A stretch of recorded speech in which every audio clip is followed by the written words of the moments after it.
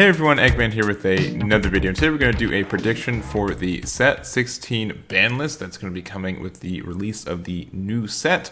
They always do these ban lists in case new cards come out, and especially right now with some new keywords and stuff coming out, I think there's going to be some adjustments. But by and large, I'm just going to look at the top list from the Worlds event that just finished, look at some kind of strong cards, give my opinions on them, see if they need tweaked, if I think they're in a good spot or not, and just kind of have a big discussion of it.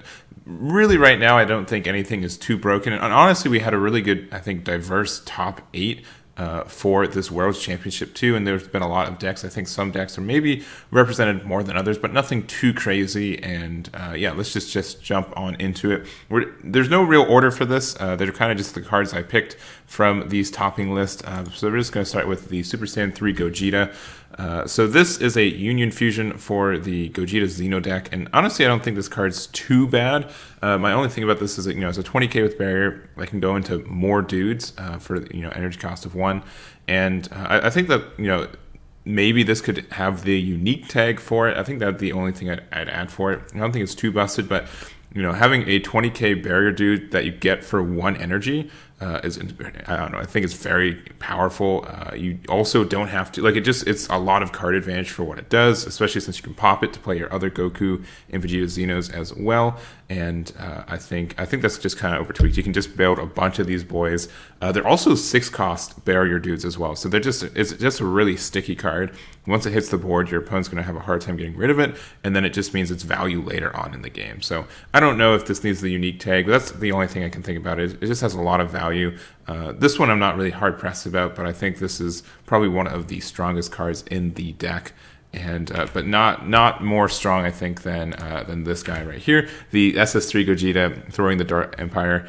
This card is still, I think, just a menace. It is so good at what it does. It is such a small investment for the boon you get. You can overwhelm it for 1 black, or you can keep it on the board. It does have unique, which is good already, but it has double strike, 25k. You can choose battle cards in your warp to do this, so you can technically not lose card advantage in hand when you do it.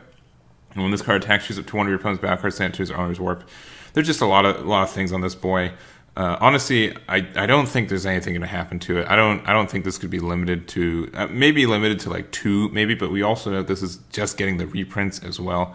I know this was an expensive card for a while too, and so I know there's kind of they don't want to incentivize people losing money by like banning a card like this. I don't think this is necessarily ban worthy, but it is so much value. It is crazy how much value this one card can get all by itself. It's never truly dead, and it's a 5k combo too, which is just crazy. Most of the time, these would be a 10k combo, so they can kind of be stuck in hand and hard to combo, especially in a deck like black where you have a hard time getting that energy. Like 1 energy is really expensive in black, so I don't know what they're going to do with this card. I think they're just going to do nothing, but man, it is a powerful card, and I do not like seeing it on the other side of the board when it comes down. So I don't know. I can't think of anything too easy for this guy, but we'll kind of see, I guess. Maybe even, I don't even think they can limit there's no limit 1. There's enough restrictions on this card for what it does. It's just powerful. I don't think, besides limiting it to how many you can run into your deck, I don't think there's anything crazy you can kind of do with it. Next up is Unrelenting Assault Trunks. I don't know how I feel about this guy. I think the thing about him is that he kind of just has the unintended effect of getting free +1s with the Gogeta leader, and I don't know if that's broken or not. I don't think it is, but this was just something that everyone plays this card because you can get additional +1s. Additionally, you can, if you need to send cards from your drop area to your warp, you can just overwhelm this for free, get a swing, and then it returns to your hand at the end of the turn too, because it's an auto as well. So I don't know. I think this card's just a little overtuned for the deck, and I think it has some unintended kind of interactions with it. It's good for what it does, but I am kind of thinking, I don't know, it's just a bit of an RNG card too, but just the fact that you can get a free draw off your leader, which already draws for Gogeta Xeno, is good. And I don't think this card was seeing 0 play before this leader. It was never really good. It was BT3.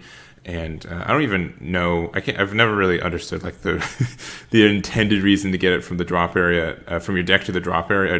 Deck to the warp to add it to your hand. I don't think there's anything that really does that. I've looked. I mean, I could just have missed the card. If you know the card, let me know in the comments. But I don't know. I don't think it's over. This is just, I don't know. if they were to remove a card from the deck to make it a little bit weaker, this is probably it. I don't know. I don't know how I feel. Let me know what you guys think about this. This is fine or not, but it is kind of silly that it's just this free kind of +1 from the deck. Next up, we've got Koitsukai. This card's also getting reprinted, so that puts the doubts of anything actually happening to it.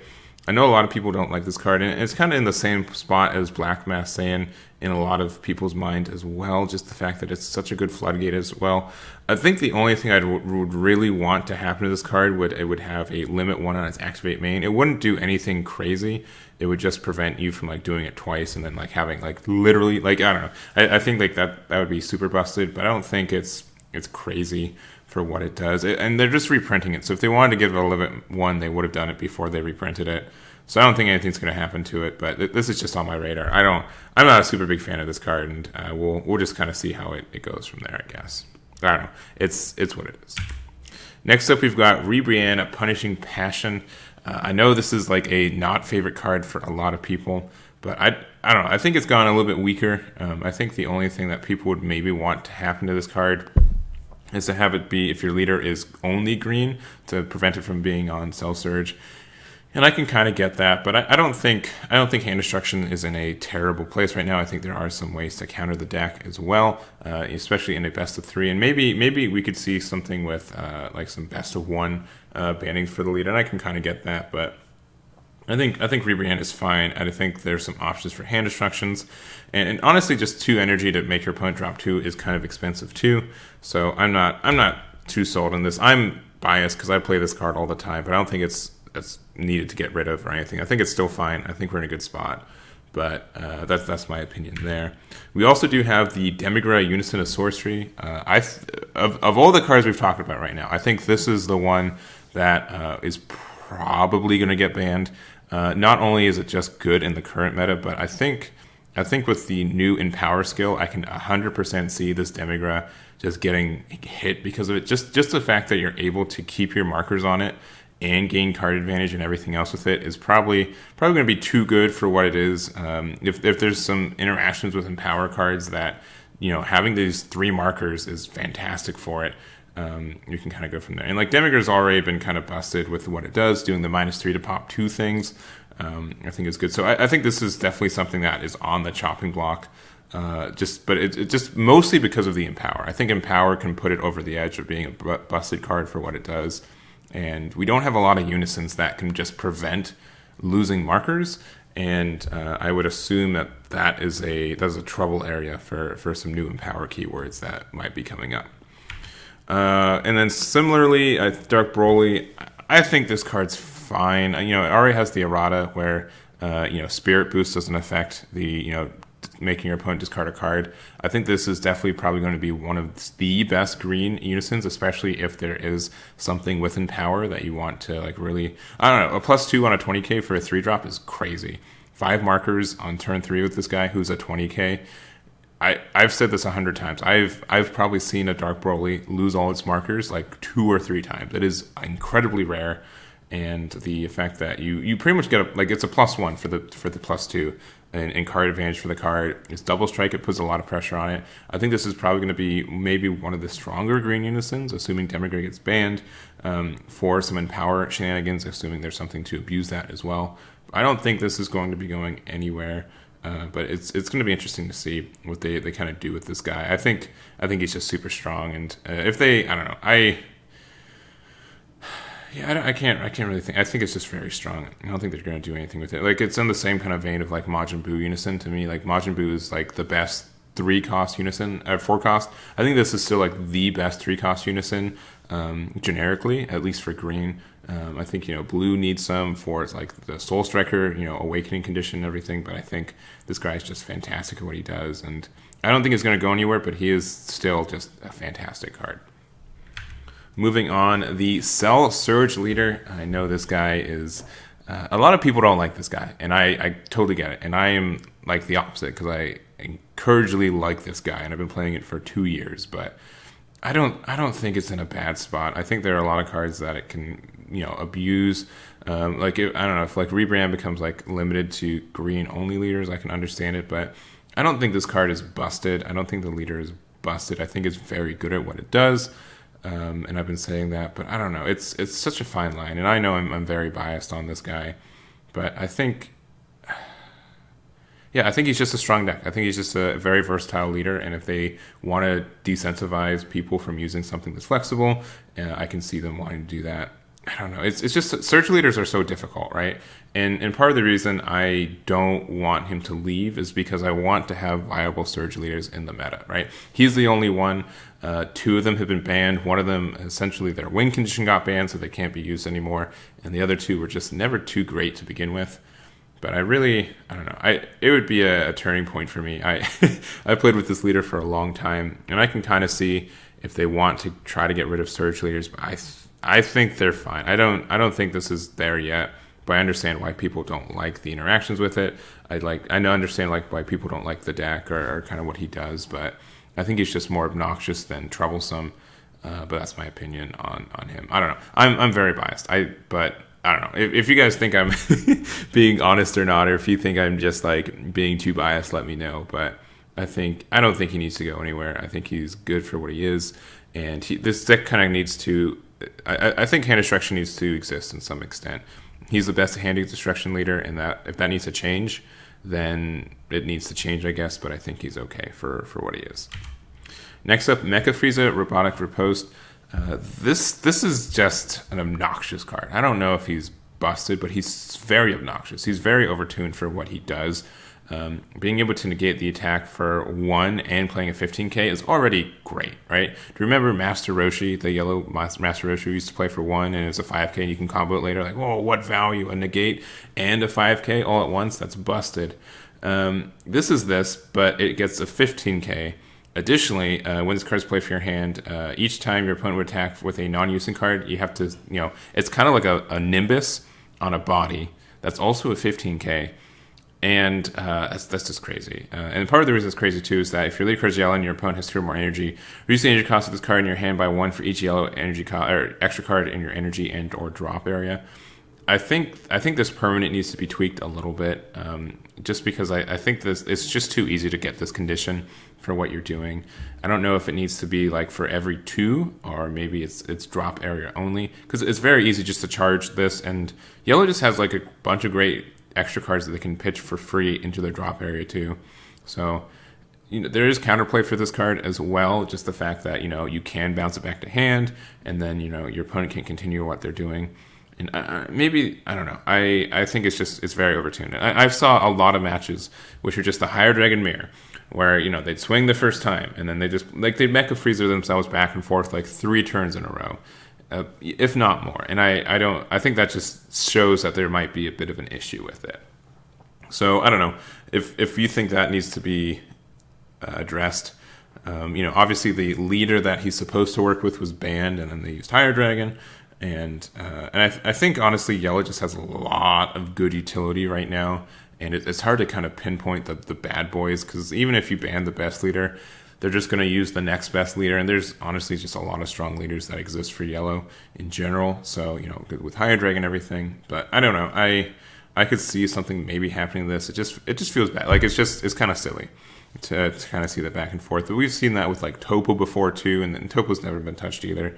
So he's probably fine, but it's just something just kind of I've noticed that can be really obnoxious, and I don't really like seeing. So I don't know. We'll keep going there. Next up, we've got Poutine, the Dark Sorcerer. This is in a weird spot too.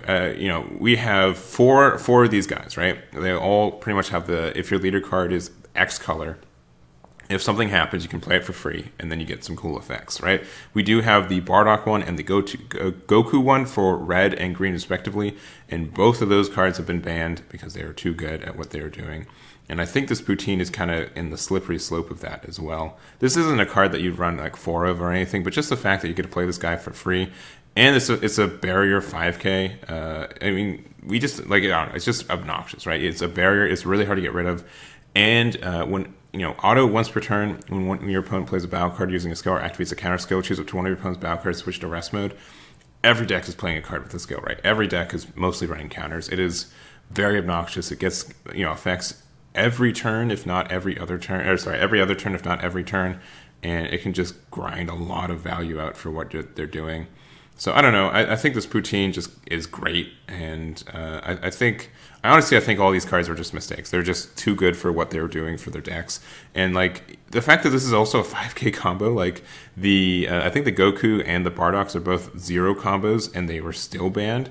And the fact that this can still be comboed away if you need to, and everything else, I don't know. I feel like this card's overtuned. I think yellow can survive without Poutine. I think this is kind of a little bit too generic for what it does. It's very easy to get this guy out, and then it just stays out there for the rest of the game. And I think that's a little troublesome in my mind. So I don't know. I think Poutine is probably one of I'd say this is like, of the cards we talked about, it's probably I think Demigra is so far the most likely in my mind that going to get banned. And Poutine, I think, is so far maybe second. I think that they may not like this card existing anymore. And then we have the boy, and I think this is the last card, right? Yeah, this is the last card we're going to talk about today. We do have the Sun Gohan High Dragon leader, and obviously this card has been very good in the last year. And I think most World Finals, if not every one of them, like National Finals, Higher Dragon was the top deck in their topping 16th. And I think that just kind of shows just how strong a generic yellow leader is right now. And this is just the best right now. It just gets a bunch of card draw, is a yellow leader, and you can just do a lot of, I don't know, you can just use all the tools and be very happy about it. I think the only thing I'd want to do about this guy, if anything, is that you can maybe errata the active battle to being only on your turn or your opponent's turn. The fact that you're just able to cycle so much with this guy is absurd. It pretty much turns. You have 4 or 5 additional super combos in your deck, which is silly. Already the activating once per turn, you get to essentially draw 2 cards because you play a Higher Dragon for free, and then you also do that. And then let's say that you are able to, I don't know, you get so much advantage off this guy, like 3 or 4 times. And if having to commit to the leader being kind of either more offensive or defensive, with an active battle being strictly on your turn or your opponent's turn, I think would probably fix that.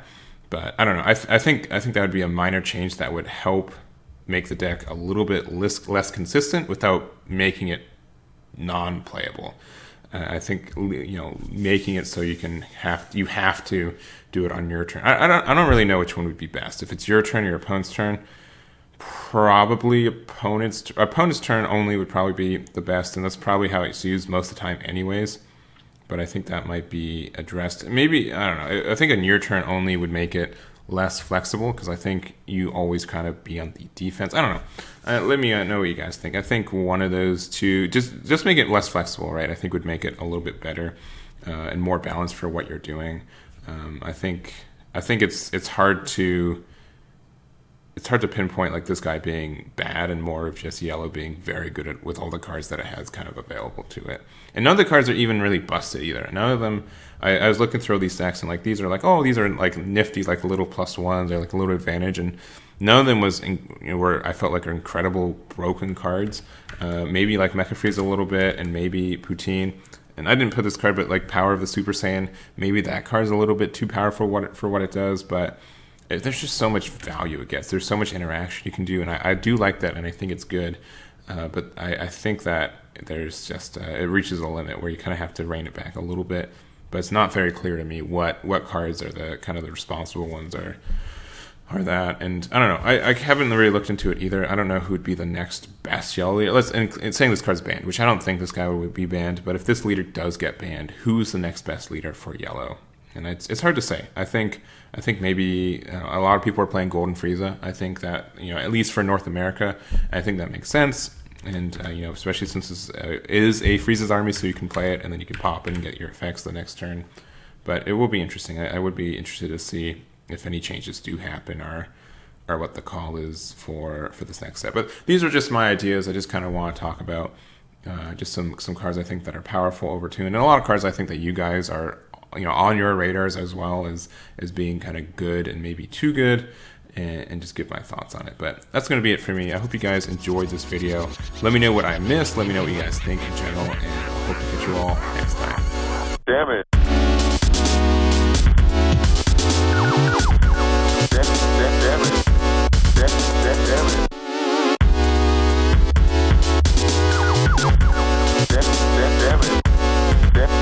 damn it.